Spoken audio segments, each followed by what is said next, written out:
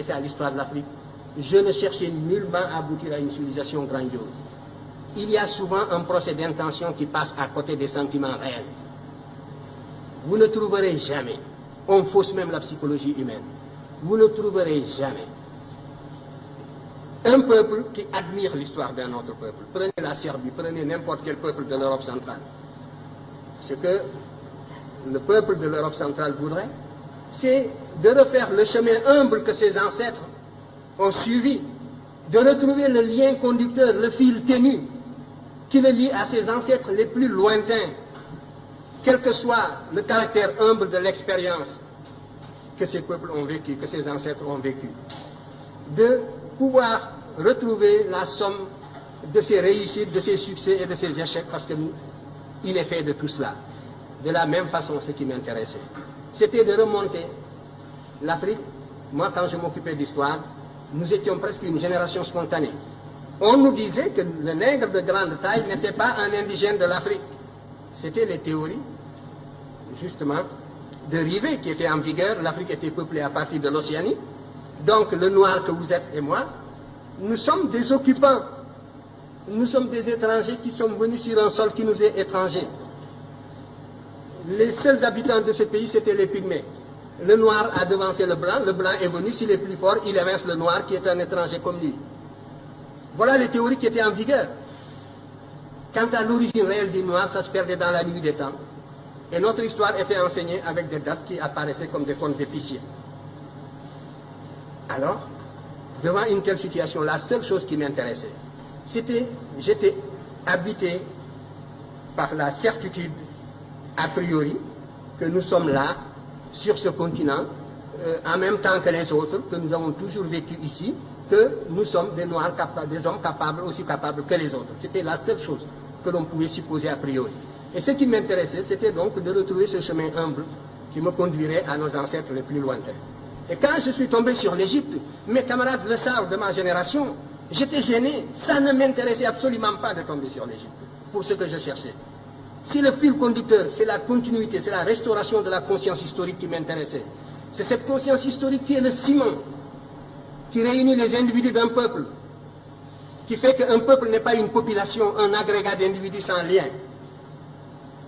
C'est ce sentiment historique seulement que je voulais restituer, restaurer. Et je ne pouvais pas non plus, en aboutissant à l'Égypte, falsifier l'histoire par complaisance, pour être dans le vraisemblable du moment. C'était tout. Alors, on me demande... Motif de déplacement.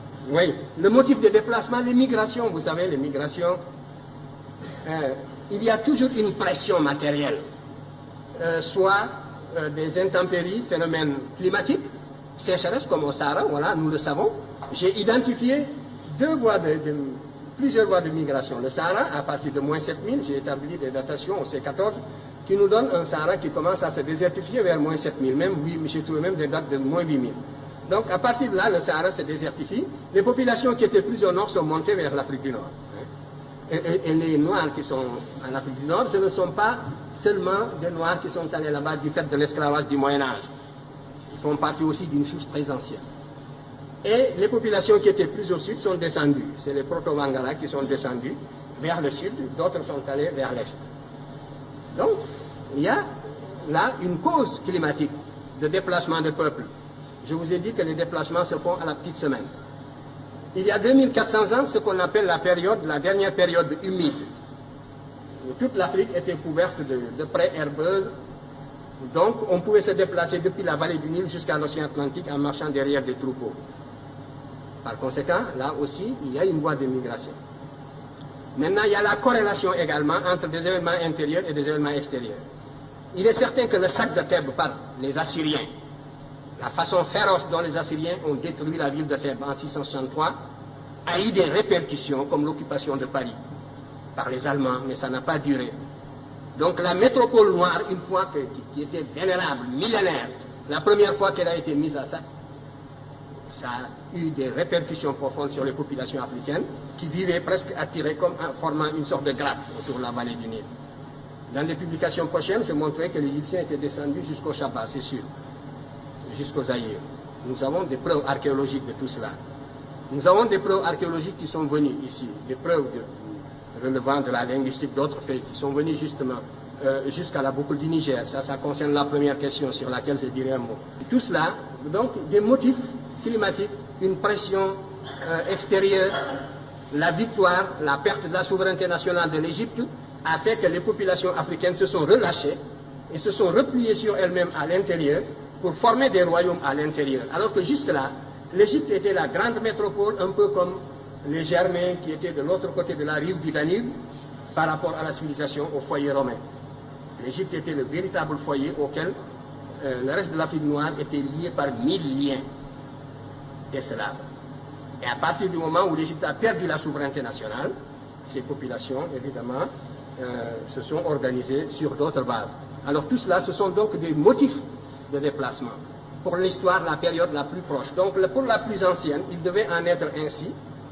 Les variations climatiques, on peut les cerner par la paléoclimatologie.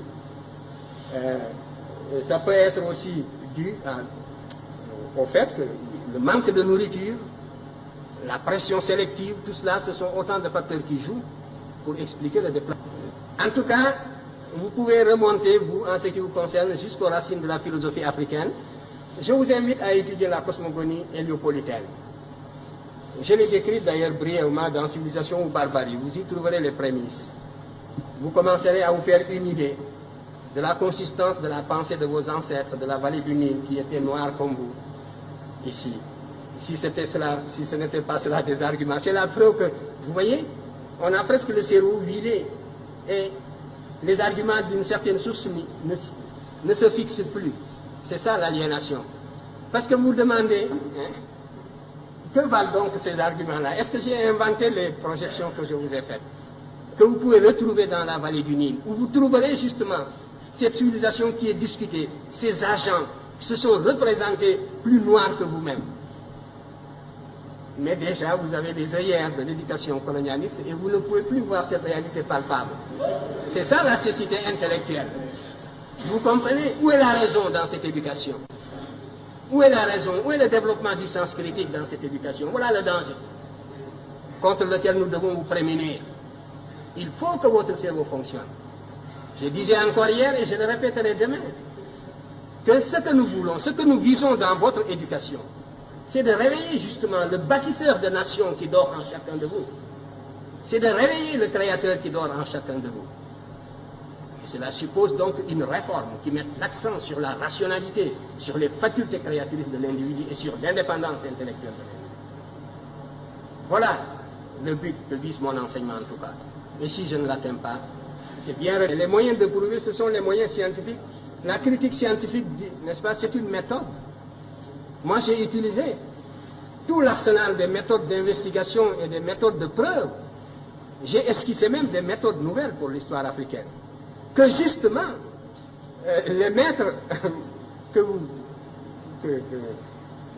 vous citez, je vous parlais des maîtres occidentaux, n'est-ce pas, que vous citez, utilisent largement. Parce que le paradoxe, c'est que tout cela dont vous parlez, ils sont coincés aujourd'hui. Parce qu'il n'y a que cette voie pour renouveler la science historique, et c'est moi qui vous le dis. Et ils sont coincés dans leur propre développement idéologique, et ils ne savent plus comment se dégager de la position inconfortable où ils se trouvent intellectuellement. Ils sont confinés dans des positions idéologiques indéfendables. Et il vous suffirait de fournir un peu d'effort, d'acquérir la connaissance directe pour les dépasser. C'est moi qui vous le dis. Alors, ils voudraient bien sortir de cette position pour récupérer cette littérature. Mais, sans nous citer, bien sûr. Mais tout cela est extrêmement difficile. Et la cause est entendue depuis longtemps. C'est de cela que je voulais vous parler. Vous dites que aussi longtemps qu'on ne reconnaîtra pas, mais on reconnaît déjà. Et maintenant, c'est la conspiration du silence. On n'attaque plus parce qu'on n'a plus d'arguments pour attaquer. Et ce n'est pas le désir qui leur manque, vous le savez bien. Ils nous auraient sciés, ils nous auraient foudroyés s'ils pouvaient déceler la moindre incohérence depuis le temps. Mais maintenant, c'est le silence, c'est la conspiration du silence, c'est la médisance dans les salons, c'est les apartés avec les étudiants. Donc voilà, à 3 reprises, l'Afrique apporte les éléments de la civilisation au monde, et ces éléments diffusent dans le monde, et pourtant l'Afrique continue toujours, passe toujours pour un continent fruste qui n'auraient rien apporté aux autres. De restaurer cette conscience historique continentale africaine, de l'intégrer dans l'enseignement. C'est un facteur de cohésion entre l'ensemble des peuples africains.